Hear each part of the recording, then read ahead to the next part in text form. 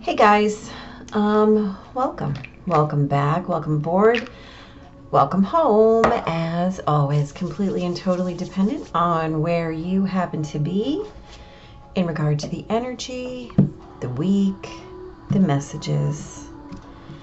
So let's talk about what's up this week. This is the week of September the 19th through the 25th, 2022. We have a couple of pretty big things happening this week. Libra season begins, which is of course the fall equinox, and we have the Libra new moon. Let's just get into it. On Monday, we start with Cancer moon. Okay, so Cancer moon, this is home, roots, origin, tribe, right? Mystery. The moon is in her home sign, and she starts out with a square to Chiron and Aries, two sextiles to Venus and Uranus, and then a quincunx to Saturn before a late night trine between Venus and Uranus. Venus, of course, in Virgo and Uranus in Taurus. So this might feel like a gritty kind of day, in that no grit, no pearl way, right? So a challenge. Consider the places where you have been guarded, and witness that those places where you've been guarded may spring open this afternoon. Right, we have Venus and Uranus both sextiling the moon. So de-armoring, right? This earthy energy.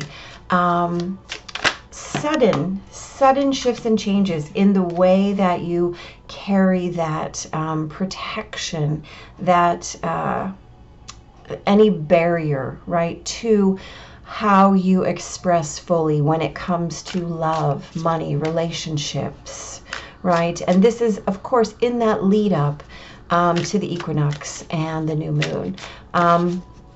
So expect sudden lightning bolt awarenesses, right? Of the true nature of your desires, right? And how you are manifesting them in 3D. Remember that you can really do nothing but lean in if you want to invite those in, right? I will say Monday night, preload your dreams, right?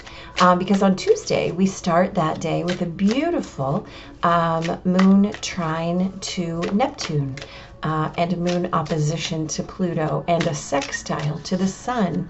Consider that, right? Waking up to that deep message as the moon trines Neptune and opposes Pluto and sextiles the sun, right? So this is kind of that delving energy that it has a lot of revelatory potential. So following that shift in mind from Monday, the shift will begin to embed itself deeply into your soul, right? And even if you can't manage to wrap your head around the way to get that shit done, right? Because we've got that quincunx to Saturn. As the moon moves into Leo later in the day, remember that as Leo energy wants to be expansive and expressive and fiery, this is retrograde season, right? And it's not over yet.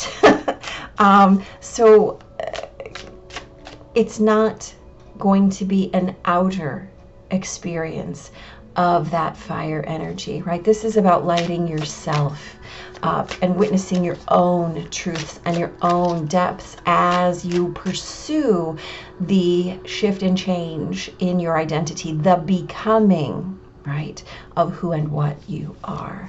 On Wednesday, Leo moon, right, trines both Jupiter and Chiron, both in Aries. So the impulse to begin, right, to expand and to grow Again, be mindful that the energy is inward. The season is inward.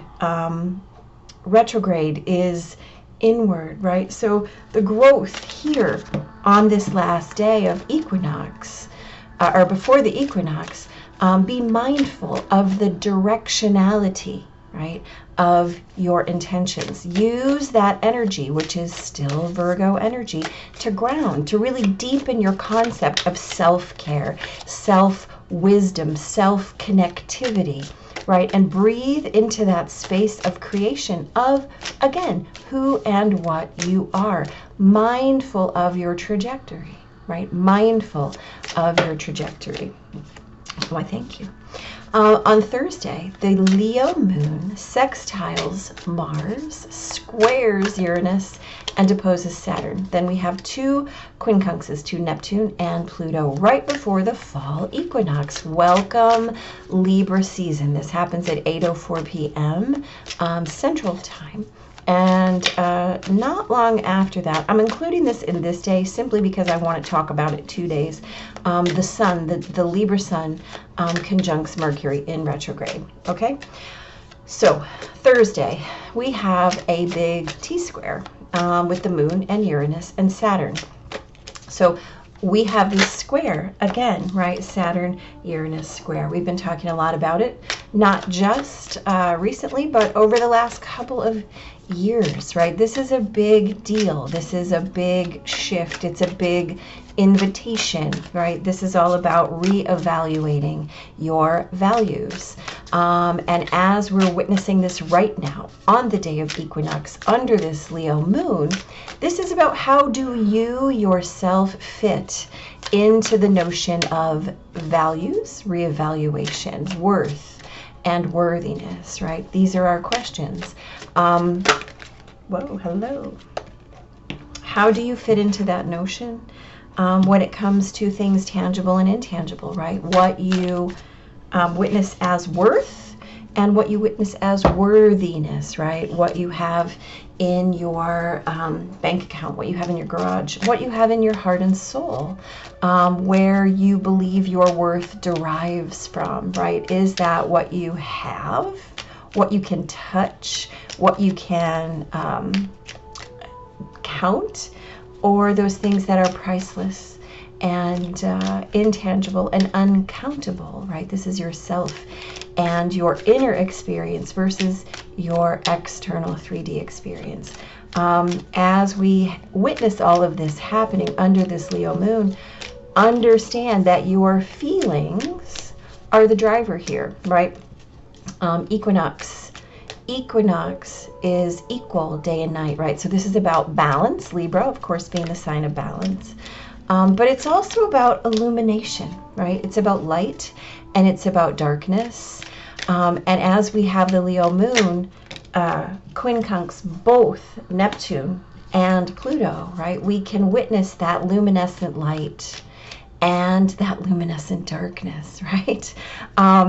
As part of the question when it comes to how do you fit into your values, right? How do you fit into the biggest picture, the widest frame, the overarching truth that is the highest and best, right? Are you creating from your integrity? Are you creating from your integrity? Are you using your discernment when it comes to your wants and your needs and your desires? Do you understand and claim the differences between all of those, right? And how are you expressing that? That doesn't mean how are you putting that expression into the world. It means how are you expressing the quality, right? The frequency, the resonance of those wants, those needs, those desires as they fall in line with your integrity, right? With your values. Big questions at the fall equinox. That's why I included that conjunction to Mercury, by the way, there, because it falls so early on Friday morning. So on Friday morning, we have that Sun conjunct Mercury, right? Also, the moon moves into Virgo, and Mercury backs up in retrograde into Virgo, right? All of this before coffee. And then we have an early morning quincunx between the moon and Jupiter. Right, this moon moving into Virgo, right, asks us to come back to this earthy, grounded, self-reflexive energy, self-care, self-connection, self-wisdom, right? And as Mercury backs up into that same energy, that Virgo energy, right, the concept of Mercury expressing through relationships and external nature kind of moves back to that familiar ground of the self. So mind your choices, right? Mind where you're putting your attention and your intention. As the moon quincunxes Jupiter, right, what is an accurate depiction of that thing that you're amplifying, whatever that might be, right? The truth is undeniable, right? You're living it one way or the other. Whatever that truth may be, you're living it one way or the other. So it simply is there for your observation. What you choose to amplify there is a completely different story. On Saturday the 24th, Venus, of course, in Virgo, opposes Neptune in Pisces, very, very early overnight. The moon in Virgo quincunxes Aries, or an Aries Chiron, squares Mars in Gemini, trines Uranus in Taurus, and then we have another quincunx to Saturn in Aquarius. So here's the deal, that Venus opposed Neptune is, hello, we see you, is about the octaves of love and the divine expression of love, right? And that might threaten to feel like a dissection. Okay, so if you're out of alignment, that might feel like a pulling apart, right? Like it might feel very uncomfortable. So mind your progress, right? Watch your step, because with that moon square to Mars, it can feel like a challenge, especially if there's an impulse to be reckless or overly impulsive in your behaviors, right? So this might be a day that might be best spent creatively, right? In your own creativity. Think love, think art, think romance, think reverie, right? Think something that allows for distraction, right? Kind of a wheels up, not quite needle on the record day. There's nothing wrong with those days, especially when wheels down might create something a little more dangerous than you like, a little more incendiary, a little more apt for misstep, right? We've got so much retrograde energy. And so then to have that square with Mars, which is not in retrograde, can really create something that we might not want. And on Sunday, the 25th, so the moon still, of course, in Virgo overnight. We have an opposition to Neptune, a conjunction to Venus, right? Again, illuminating those that opposition of yesterday. We've got a trine to Pluto and a conjunction to Mercury, all before the moon moves into Libra. And then we've got this beautiful 2-degree Libra new moon at 4:55 p.m. Central Time. And then later, not long after that at all, the moon opposes Jupiter, right? So this is, again, that personalization of the energies of yesterday, right? Those expressions of love, right? As we have these strong moon aspects to Neptune and Venus. So this is bringing it home to your heart and your soul. The fact that what you know and feel is absolutely undeniable. So this is a day about intimacy, right? As we have this Mercury, or as we have this Venus, wow, my goodness, new moon in Libra. Hello. So levels of intimacy, right? This is about relationships. With this big trine to Pluto, levels of intimacy that might have felt unavailable or definitely seemed impossible, just kind of appear, the opportunity, right? So it brings that level of unspoken expression, that way that we feel a thing, and we become our own expression at that deepest level, right? So show yourself at this new moon right after the fall equinox. Your inner and outer selves, bringing them into balance, right? Your light self and dark self, bringing them into balance. All of them are simply expressions of you to yourself, first and foremost, right? This is a newness, right? New karma, new times. Your new life begins now, right? And so as we have that beautiful opposition to Jupiter later, right after that new moon, again, you're going to be amplifying. So be mindful of your intentions. Be mindful. It all starts this week, right? Okay. Monday, we have the Two of Cups and Temperance. Look, we have Two of Cups, right? And we have Temperance. See, that's funny. It just is. So also, by the way, you know, we're going to give this to Cancer here. We're going to give this to, yeah, it's beautiful. So we talked about this as the pearl, right? Sudden shifts, sudden de-armoring, right? The way that your true nature of your heart desires becomes manifest, and there's nothing that you can do but lean in. Here's the deal.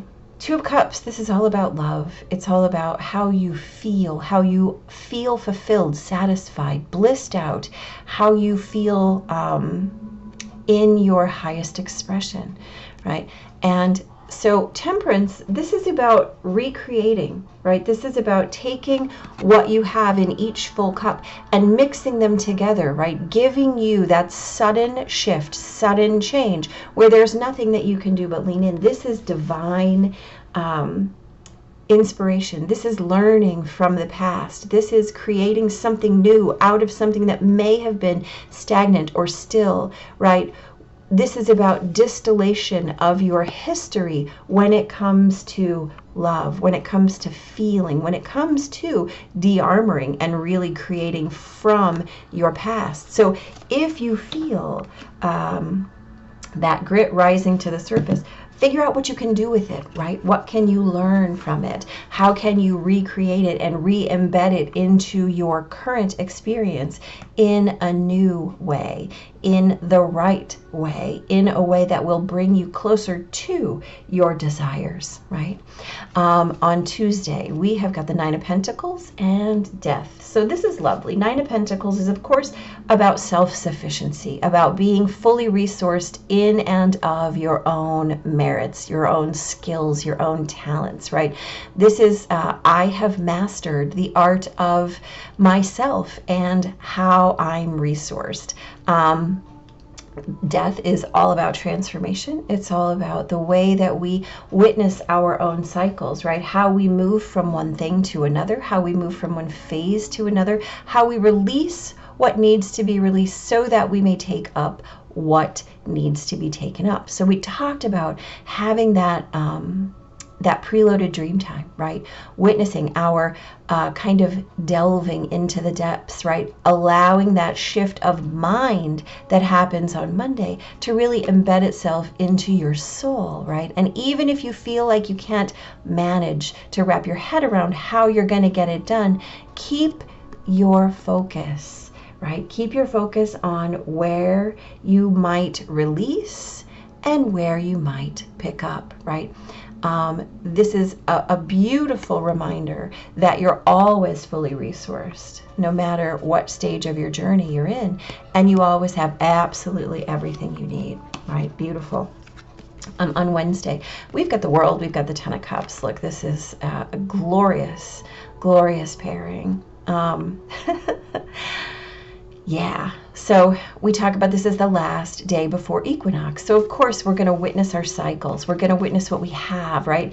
This is where we reap what we have sown. This is the season where we're going into balance, right? So we have the World. What have we learned? What are we integrating? What have we witnessed coming to fullness? And now we might witness it moving into a shift in something different, right? Using that Leo energy, using that Aries energy to allow us to ground, right, in this last day of Virgo season. What have we built, right? What have we filled our cups with? How have we paid attention to our self-care, our self-wisdom? How can we breathe into that space of creation for our next trajectory, right? We witness the cycle. We witness the World as that fullness. We have it all the time. It doesn't matter where we are in the stage, right? At this moment of fullness, it doesn't matter. Once the equinox is here, we are still full. Even at solstice, we are still full, right? It's about the creation of who and what you are in this highest and best level of satisfaction, level of achievement, level of celebration, right? Your cups are always full. How you experience that is up to you. Thursday, this is the day of equinox. This is the day where we talked about, we have got that big T-square with the moon and Uranus and Saturn. So we've got the Queen of Wands and we have the Hierophant. Okay, so Queen of Wands is fullness, right, of expression of our sensual experience, of our impulse, of our passion. And the Hierophant is no, no, no, no, no. Right? So we've got expansion to the nth degree and then contraction represented here. So we talked about this as our balance. How do you fit into the big picture, right? Where are you reevaluating your values? Again, here, the Hierophant is about values that are given to you, told to you, dogmatically passed on to you. This is about how the world tells you what to do. Right? This card is about how you experience those things for yourself. What is your experience of the overarching truth of the highest and best, right? How are you expressing those in frequency? What are you experiencing in terms of your wants, your needs, and your desires? Are you tasting life, or are you being told what it tastes like, even if it touches your tongue in a different place or way, right? Good questions, all good questions. On Friday, we've got the King of Wands, hello, and the Knight of Wands. So this again is that reminder, mind your choices, right? We've got the Sun conjunct Mercury. We've got the Moon moving into Venus, or into Virgo. We've got Mercury backing up into Virgo, right? Definitely witnessing our familiar choices. Mind your choices. What are you amplifying, right? You're living it one way or the other, right? The Knight of Wands is all about passionate forward motion, right? Inspired movement, right? Inspired movement, not prescribed, but passionate movement. The King is all about that discernment. Well, perhaps we shouldn't. Perhaps we shouldn't. So again, we're echoing this energy. We're coming back and asking, what is it that we are amplifying? The truth of what we desire is undeniable. Are you being told what you need? Are you being told what you want? Or are you trusting your heart, right? This is your heart that's at the forefront of your journey. Are you allowing that? Are you allowing that? Hopefully. On Saturday, we've got the Prince of Swords and the Knight of Pentacles. Okay, so this is about ideas, right? And this is about cautious, determined, stable motion, right? So, very much so. So as we witness this day, right, where we have Venus and Neptune in opposition, we talked about challenging our impulsive and reckless behaviors. We talked about perhaps just grounding and finding how we mind our progress and watch our step as that moon squares Mars. Utilizing your creativeness, utilizing your passion, right? Using all this passion that we have loading itself up all week to direct our progress, to direct our endurance, to direct our stamina, as opposed to just kind of going off half-cocked, right? You can take this idea, but be mindful of how you're moving forward with it. Absolutely. Especially right about now. And then, so lovely, we've got the Empress and we've got the Three of Wands. What a glorious way to have a new moon, right? So the Empress is, of course, the 3 card, then the Three of Wands, asking us, knowing, here you go, knowing that everything that you choose in your long-term plans, because the Three of Wands is about having sown, now we wait, right? We wait because our harvest is sure. We know that it's coming in. The Empress says, oh yes, you do know that, right? What you know and what you feel is absolutely undeniable, right? It's all coming home to you. And what you are planting and what you are planning is assured growth. That is the Empress energy. It is assured growth. Please be mindful of your intentions, right? We talk about this as the new level of intimacy, right? So that yourself and the 3D are wholly available in what may have seemed impossible. But now that unspoken expression comes in. You feel it. You feel it, right? This is all about at your deepest. This is all about your inner and outermost potential, right? This is absolutely the limits of your expansion and then some. New, new, new, right? It all starts now. New, new, new. You can't beat that. So here's the deal. We've got especially when it's hard. This is about trusting that journey, even when it's hard, especially when it's hard, right? We talk a lot this week about leaning in to your own growth, right? Witnessing the fact that it's hard to stay in your own work, even when it's hard, especially when it's hard, right? Finding the balance in just not only your expression, but your internal expression, in your illumination, right? How are you fitting into your story? How are you expressing it? What are you capable of? Digging in, especially when it's hard.